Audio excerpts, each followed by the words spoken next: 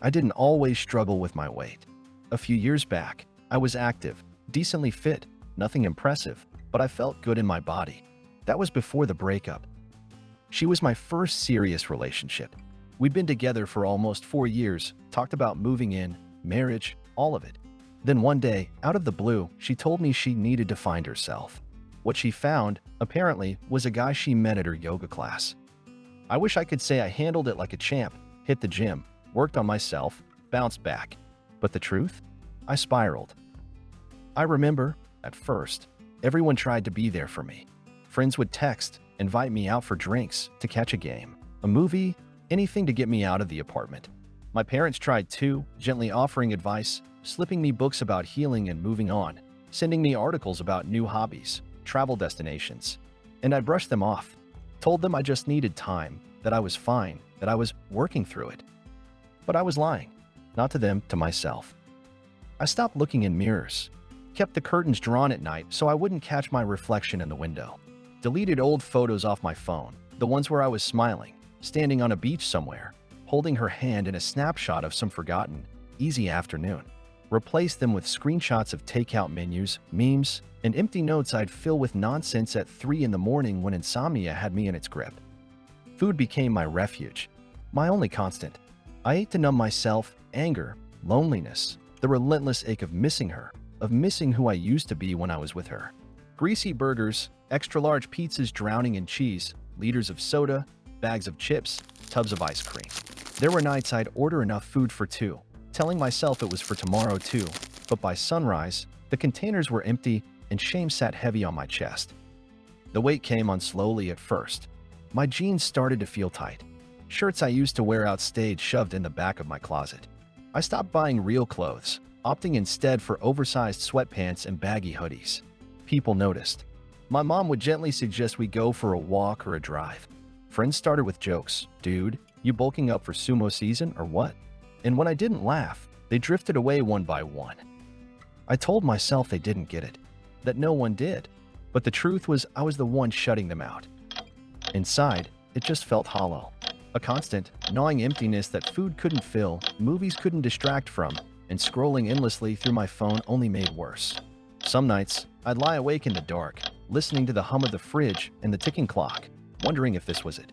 If this was how my life would go now, from binge to binge, from sleep to sleep. Then came that night. I don't even remember what exactly pushed me over the edge. Maybe it was another lie I told someone about how I was doing great. Maybe it was the sight of yet another pile of empty takeout boxes.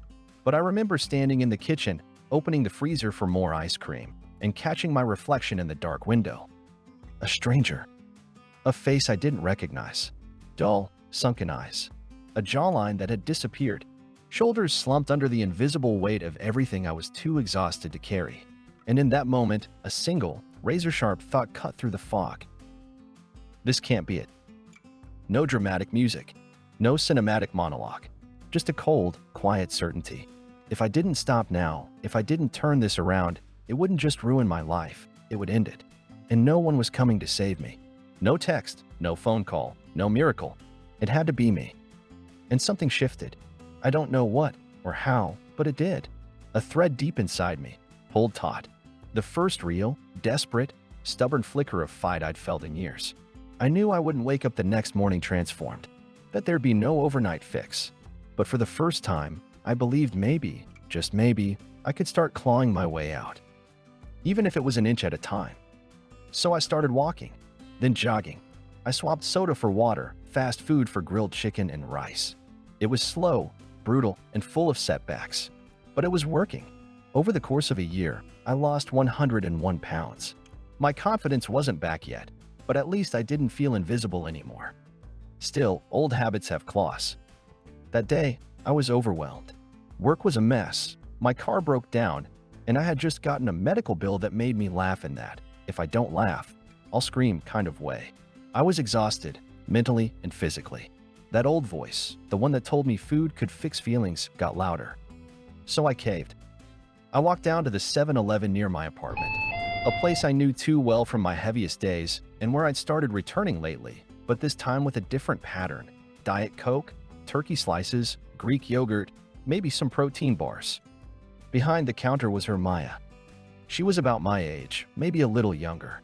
Always wore her hair tied up in a messy bun, with these kind, tired eyes. We'd had small conversations over the past few months. I'd see her late at night when I came in after the gym. Over time, we started exchanging more than just pleasantries. I learned she was working double shifts to help her mom with bills. Her dad had left when she was 13. She'd been saving up to take community college classes in the fall, wanted to study early childhood education. Said she didn't want other kids growing up with no one looking out for them. She knew I was trying to lose weight. Saw me swapping chips for protein bars, soda for water. One time I came in after a long run, drenched in sweat, grabbing a gallon of water. She said, "You're killing it. Keep going." That night, I didn't even eat the cookies I'd stashed at home. She'd become part of my routine, even if she didn't know it. But that night, I wasn't myself. I walked in with one goal, comfort. 3 large bags of chips, a 6-pack of beer. The shame didn't hit until I saw her. She raised an eyebrow as I dropped everything on the counter. No words yet, just that look, puzzled, concerned. "This doesn't look like your usual haul." She said, scanning the chips slowly. I looked down, suddenly feeling like a teenager caught sneaking back into the house past curfew. "Bad day," I muttered. "Real bad." She looked at the beer, then back at me. "Can I see your ID?" I blinked. "Seriously? Maya, you've seen my license before. You know I'm over 21. She leaned on the counter slightly. "Yeah, I also know this isn't you. Not the guy who jogs in at 10 p.m. for low-fat yogurt." I sighed, rubbing the back of my neck. I just needed something. She held up one of the bags of chips and tilted her head. "You sure this is it?" I didn't say anything. She put the beer aside. "No ID, no beer," she said with a faint smirk. I stared at her, trying to decide if she was serious. Then she gently slid the chips back toward me. "But chips without beer? That's just sad. Go home, okay?" I stood there for a second, half in shock. I wasn't mad. In fact, I felt seen. "You're not mad?" I asked. She shook her head. "No, just invested. Don't let a hard day throw away a hard year." I left without buying anything. Walked home in silence. Somewhere between the streetlights and my apartment door, I started crying. Just a little. I dropped my bag, grabbed my gym clothes, and went to the 24-hour boxing gym down the block. Punched the heavy bag like it owed me money, then sat in the sauna until I felt like butter melting off bones. On the way home, I passed the 7-Eleven. Lights still on. Maya's still behind the counter. That night, I couldn't stop thinking about her. Not just what she did, stepping in, pulling me back from the edge, but how she did it. Calm, kind, like she'd known all along I was better than that moment. And for the first time, I noticed something else. Maya wasn't just the nice cashier who knew my story. She was beautiful.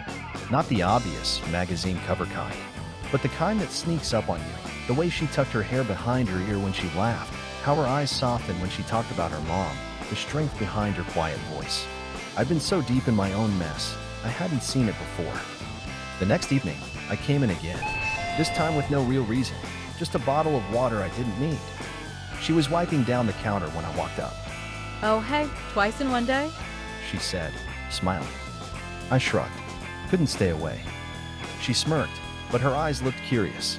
I cleared my throat, suddenly nervous. "Listen, I was wondering, would you maybe want to grab a coffee sometime? Or, actually, I've been getting really good at making healthy dinners. Thought I could return the favor with something home-cooked." She blinked, surprised, then smiled wider than I'd seen before. "You cook?" she asked. "Kind of my new thing. Gotta make grilled chicken exciting somehow." She laughed. "All right, I'll take a chance on your culinary skills." We had dinner 2 nights later at my place. I made baked salmon with lemon and garlic, quinoa, and roasted vegetables. She said it was the best, guilt-free meal she'd ever had, though I think she was just being nice. We talked for hours. Turns out we had more in common than I expected. Both raised by single moms. Both had gone through bad relationships that left scars. Both stubborn in weird ways. We even liked the same guilty pleasure reality shows. One dinner turned into 3, then into "wanna come with me to the gym?" Then it became morning smoothies and Sunday hikes, grocery list written together, inside jokes about protein powder brands. Somehow, without either of us saying it out loud, we became us. Maya moved in a few months ago. My tiny apartment feels full now, not just of stuff, but of life. We cook together almost every night. We still hit the gym together, though she's stronger than me now, not that I'll ever admit it. This fall, she's starting classes at the community college. I helped her set up her FAFSA, drove her to orientation, even surprised her with a second-hand laptop I'd saved up for. She cried when I gave it to her. I cried too, quietly, like a man, in the bathroom afterward. Sometimes I think about that night, the beer, the chips, the spiral I nearly fell back into. And then I think about Maya, standing there behind the counter, just doing her job, and somehow saving me. It started with a no, turned into a yes, and became everything I didn't know I was looking for. Now I know not all heroes wear capes. Some wear name tags and work graveyard shifts. Sometimes all it takes is one person gently calling you back to yourself. No lectures, no pity, just care.